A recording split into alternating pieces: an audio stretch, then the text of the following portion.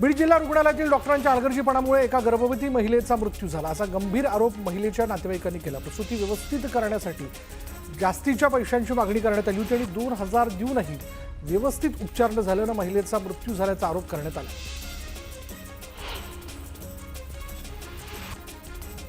मानवी दातांना शस्त्र मानलं जाऊ शकत नाही, चावा घेतल्याचा गुन्हा अदखलपात्रच असल्याचा निर्णय औरंगाबाद खंडपीठाने दिला।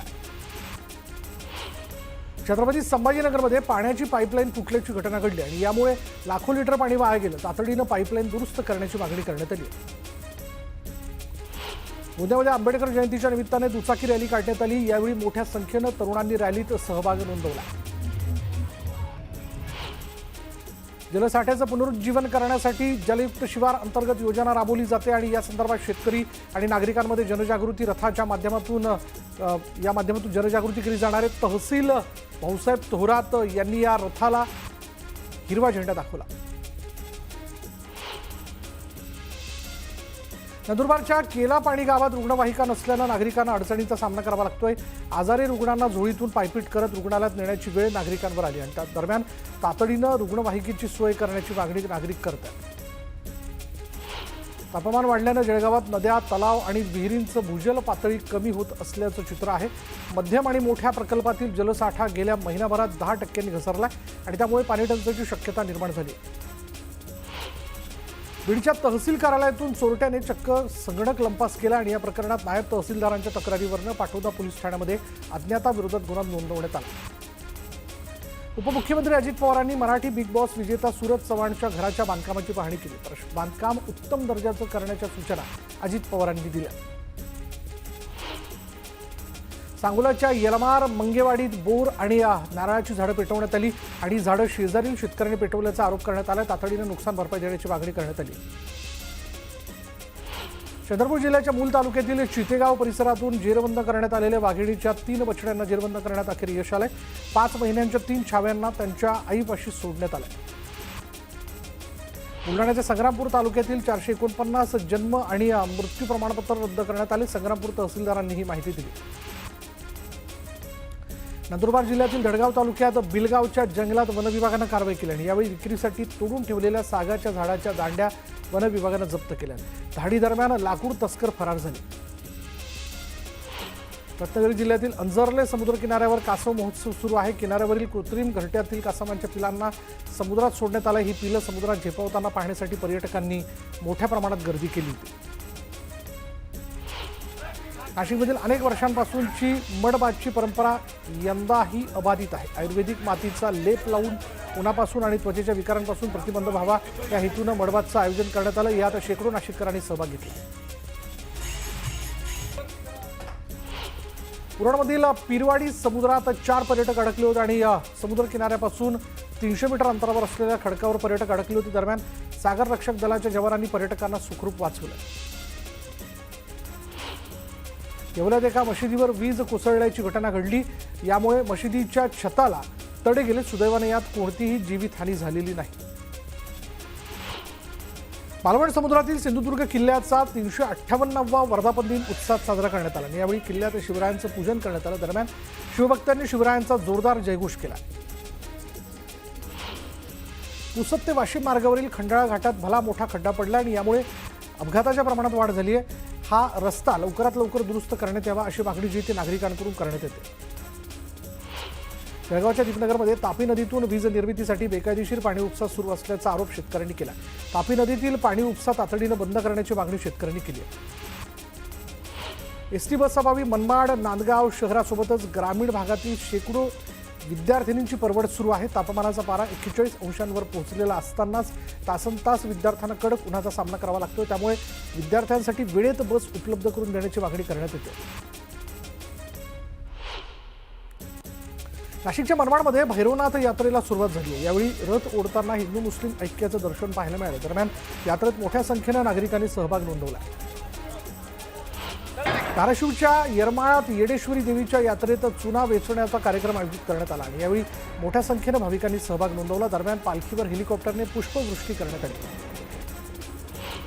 साईबाबांच्या दर्शनासाठी भाविकांनी शिर्डीत मोठ्या प्रमाणात गर्दी केली. सलग आलेल्या सुट्ट्यांमुळे पर्यटन स्थळांसोबतच धार्मिक स्थळंही मोठ्या प्रमाणात गर्दीने गजबजली आहेत आणि यावेळी भाविकांच्या रांगांनी आणि साईनामाच्या जयघोषानं शिर्डी दुमदुमून गेली. मुळशी तालुक्यातील वाळेन गावातील 350 वर्षांची परंपरा लाभलेल्या वाघजाई देवीची बगाड यात्रा भक्तिभावानं आणि उत्साहात पार पडली. यावेळी संबळ आणि ताशाच्या गजरात देवीचा जयघोष करत बगाड फेरी पूर्ण करण्यात आली. जळगावच्या सावदामध्ये मरीमाता देवी मंदिराच्या वतीनं मिरवणूक आयोजित करण्यात आली आणि या मिरवणुकीत मोठ्या संख्येनं भाविकांनी सहभाग नोंदवला. रायगडच्या माणगावातील नांदवी गावाचं ग्रामदैवत श्री बापूजी महाराज यांच्या वार्षिक जत्रोत्सव मोठ्या उत्साहात पार पडला. या निमित्तानं भाविकांनी मोठ्या प्रमाणात दर्शनासाठी गर्दी केली. बगाडावरून लाट फिरवणं, पालखी नाचवणं भाविकांसाठी आकर्षण ठरलं. बीडच्या आष्टी तालुक्यातील वाळूज इथल्या भैरवनाथाच्या यात्रेला सुरुवात झाली. या यात्रेला 250 वर्षांची परंपरा आहे. यात्रेच्या निमित्तानं मंदिरावर आकर्षक विद्युत रोषणाई करण्यात आली.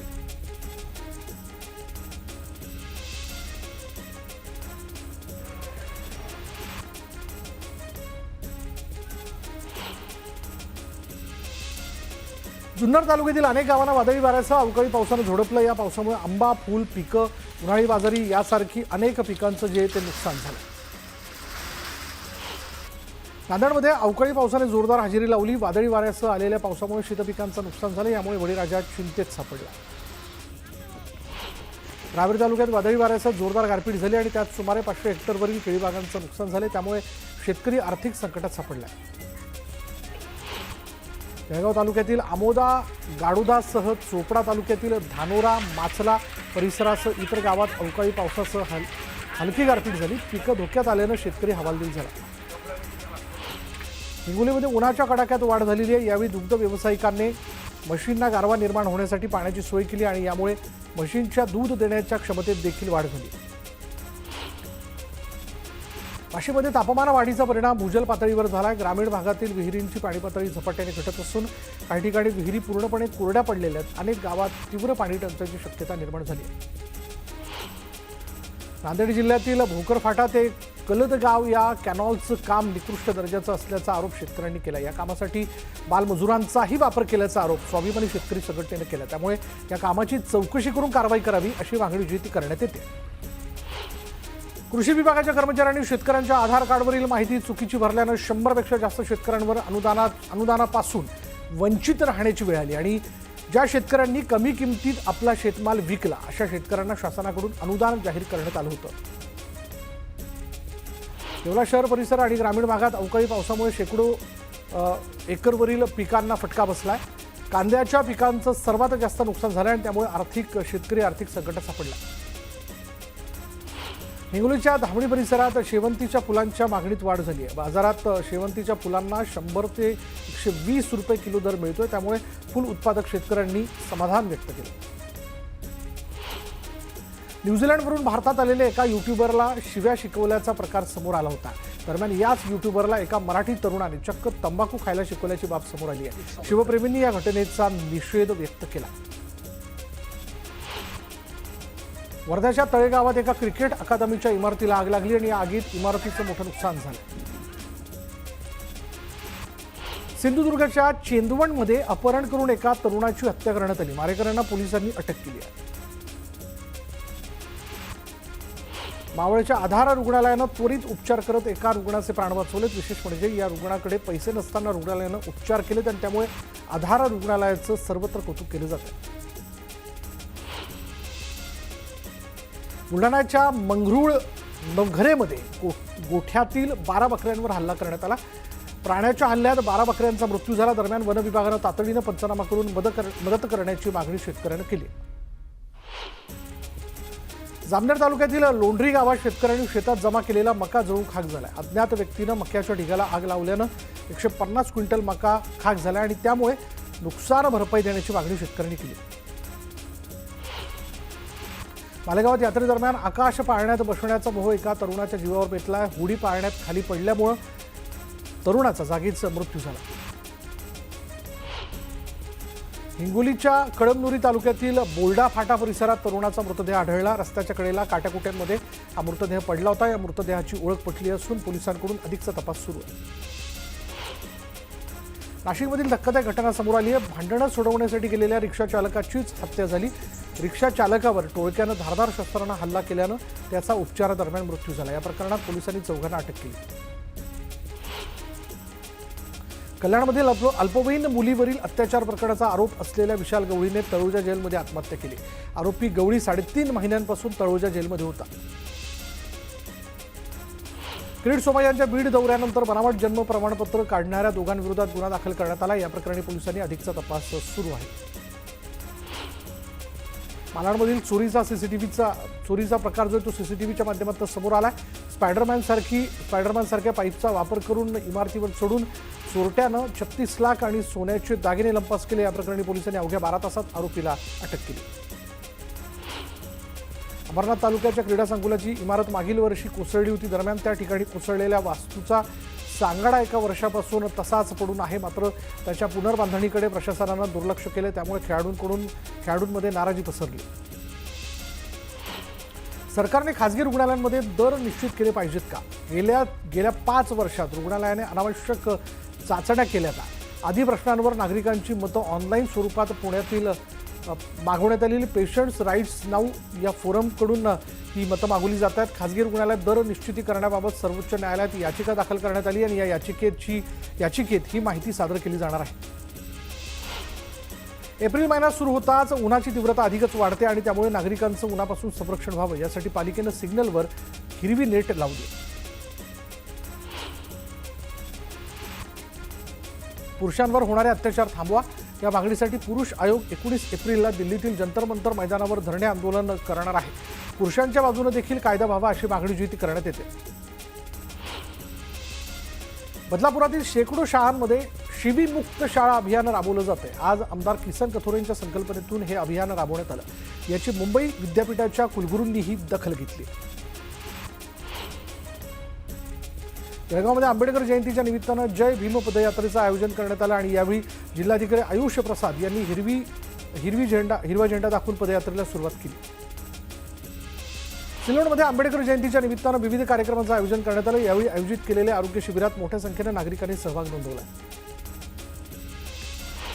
चंद्रपूरमध्ये भीम पदयात्रेचं आयोजन करण्यात आलं होतं. मात्र ही पदयात्रा रद्द करण्यात आली. पदयात्रा रद्द झाल्याची माहिती नागरिकांपर्यंत न पोहोचवणाऱ्या अधिकाऱ्यांविरोधात कारवाई केली जाणार आहे. सिंधुदुर्गमध्ये आंबेडकर जयंतीच्या निमित्तानं कुडाळ हायस्कूलमध्ये जय भीम पदयात्रेचं आयोजन करण्यात आलं होतं आणि यावेळी मोठ्या संख्येनं विद्यार्थ्यांनी यात सहभाग नोंदवला. कल्याणमधील अल्पवयीन मुलीवरील अत्याचार प्रकरणाचा आरोपी विशाल गवळीने जेलमध्ये आत्महत्या केलेली आहे. आरोपी गवळी 3.5 महिन्यांपासून तळोजा जेलमध्ये होता. विशाल गवळीच्या आत्महत्येवर माजी नगरसेवक महेश गायकवाड यांनी प्रतिक्रिया दिली आहे. गवळीच्या आत्महत्येचा आम्हाला काही आनंद नाही. 3 महिन्यात केस चालून त्याला भर चौकात शिक्षा दिली असती तर इतर नराधमांना त्याचा चाप बसला असता, असं महेश गायकवाड म्हणाले.